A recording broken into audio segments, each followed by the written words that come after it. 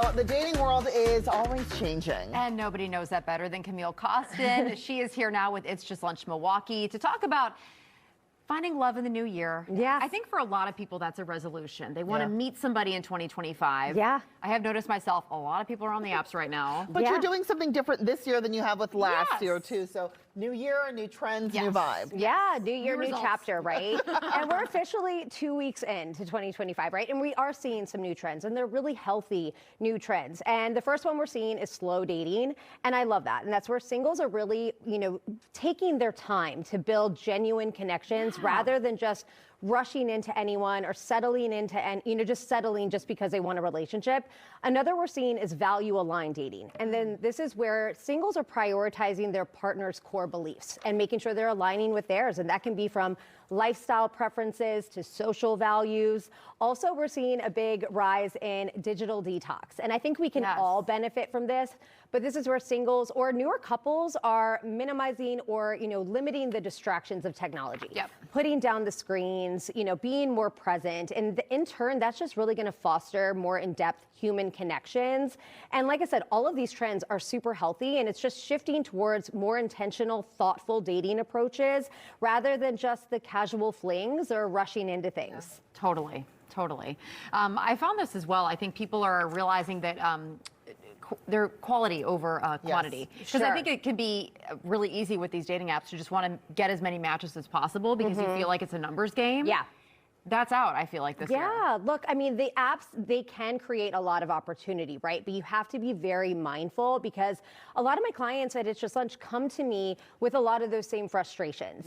It's the dating app fatigue, it's the endless swiping. It feels like it's becoming more of a part-time job than exciting or fun. And then it can end up being overwhelming. It is the internet too, there's some misrepresentation, but it's not all bad. I have heard some success from it, but make sure you are being mindful and listening to yourself. If you feel like you are hitting a wall or getting frustrated, maybe take a break or do something different, because we all know the definition of insanity, right? If you've been doing the same thing over and over again, something's not working, do something different. Whether that is working with a matchmaker or putting yourself in different situations where you're going to meet new people, because regardless if you are doing online, eventually you're going to have to meet these people in person. That's where the chemistry develops. You can't have an online relationship. And you don't have to feel overwhelming, too. So let's sure. talk about some of the red flags and perhaps pitfalls that we could recognize. Yeah, I mean, I think starting with, don't compare yourself to anybody else's journey. Look, like there are a lot of successes from online as well too, but don't compare yourself just because your friend maybe met somebody right away and it ended up actually being a really good fit,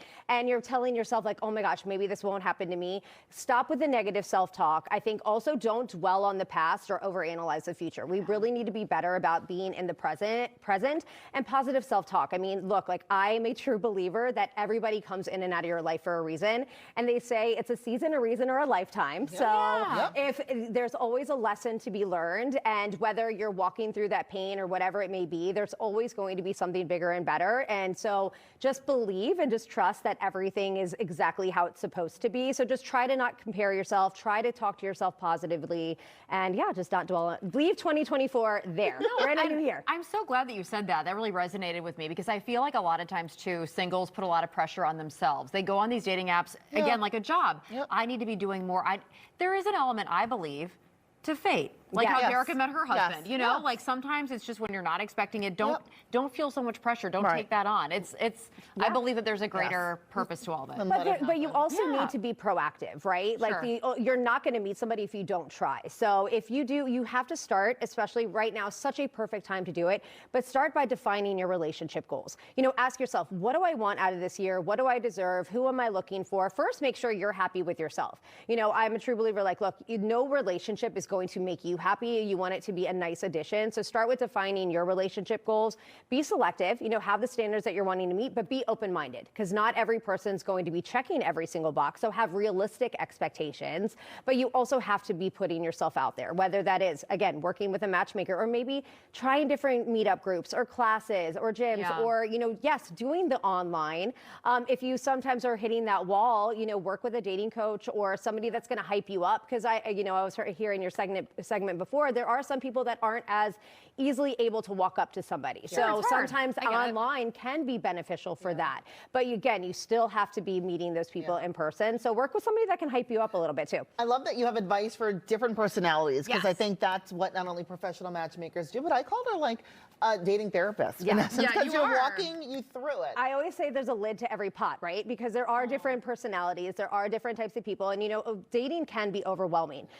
It can feel like the Wild Wild West a lot of times. So with working with me, I am going to be helping navigating those emotions throughout the process, because it can be a little bit of a roller coaster at sometimes. But again, remaining positive and walking through it, and with some help, you can do it. And two, I think just regulating your expectations is so important, right? 100%. Because so often people, I think, go into this date and they think, okay, this has to work out, or I need this to work out. Yeah. My attitude has always been like, am I safe? Like, okay, I went, I was safe, maybe, and I got a good story out of it. That's okay. Every time you get it wrong, you're closer to getting it right. Yeah.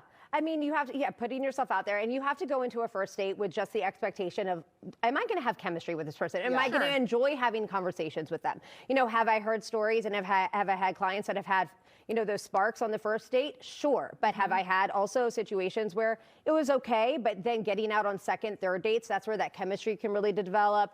First dates are always a little nerve-wracking, right? Nobody's showing up like their most amazing self. Nobody is an expert dater. So give it a chance. But yes, don't go into it expecting that maybe if it didn't go exactly how you wanted it, that the world is over. Keep putting yourself out there. All it takes is one. Yes, there you go. Yes, all it takes is one. Camille, thank you. And you can connect with Camille with It's Just Lunch Milwaukee. Yeah. All right, we'll be right back. Thanks.